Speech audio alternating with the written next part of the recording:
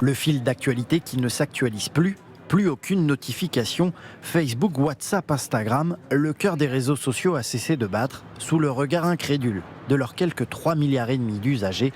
Ça s'est répercuté alors déjà en bourse. Je regardais à la clôture, moins 4,89%. La fortune de Mark Zuckerberg étant aussi constituée d'actions, Bloomberg a calculé que mécaniquement il a perdu 6 milliards d'euros dans cette histoire. Certains étaient prêts à retourner sur les désuets Caramel et autres MSN. Mais c'est surtout Twitter qui en a profité. Le réseau fanfaronnait d'ailleurs en souhaitant la bienvenue à tous les nouveaux arrivants. Les problèmes sont loin d'être terminés pour le groupe qui est dans la tourmente, puisqu'en même temps il y a une lanceuse d'alerte qui fait de graves accusations, notamment sur la nocivité d'Instagram pour les adolescentes. Et ce qui est super tragique, c'est que la propre recherche de Facebook dit, alors que ces jeunes femmes commencent à consommer ce contenu, qu'elles deviennent de plus en plus déprimées. Et cela les incite en fait à utiliser davantage l'application. L'histoire était pourtant belle. Makram Makrout, ancien sans-papier tunisien devenu boulanger, a remporté cette année la meilleure baguette de Paris. Le réseau social est aussi accusé d'avoir baissé la garde sur la modération après l'élection de Biden et avant l'attaque du Capitole.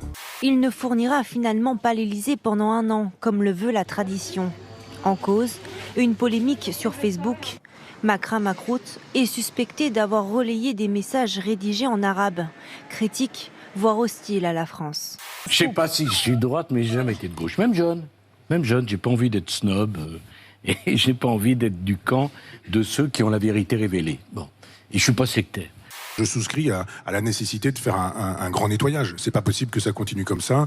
Les gens vivent dans une insécurité qui n'est pas un horizon de civilisation.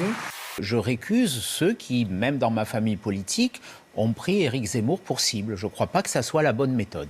S'il y a quelque chose qui m'énerve aujourd'hui, c'est pas qu'on parle de Zemmour, parce que ça, c'est le délitement de notre société. Ce qu'on parle, c'est qu'on ne parle pas de ce qui intéresse les Français.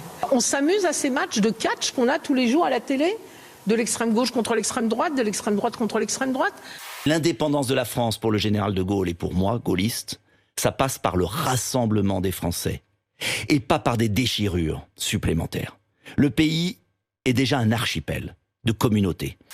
Veut-on vraiment se battre pour conserver la France telle que nous la connaissons et telle que nous l'avons connue et telle que nos parents nous l'ont transmise, ou non? Ou acceptons-nous qu'elle bascule dans une civilisation qui ne serait plus chrétienne et gréco-romaine? Voilà, c'est tout. C'est ça l'enjeu. Le premier problème qui se pose au pays, c'est qu'on ne veut pas que la France disparaisse. On ne veut pas que nos valeurs, que notre mode de vie, que notre identité, que notre histoire, on est sommé de détester notre histoire, de déboulonner nos statuts. Emmanuel Macron a visité un refuge en Haute-Saône pour subtilement s'adresser aux amis des animaux. Tout le monde est attaché à la condition animale pour permettre de prendre soin de ses chiens et de ses chats, pour la modernisation dans le secteur de la poule pondeuse.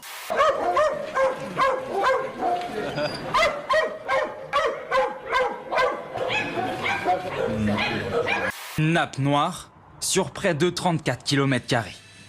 3 jours après qu'un oléoduc se soit rompu au large de la Californie, près de 500 000 litres de pétrole continuent de menacer les côtes. Je m'appelle Nicolas Sarkozy.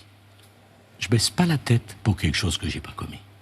Je le dis sans aucune agressivité, mais je le dis.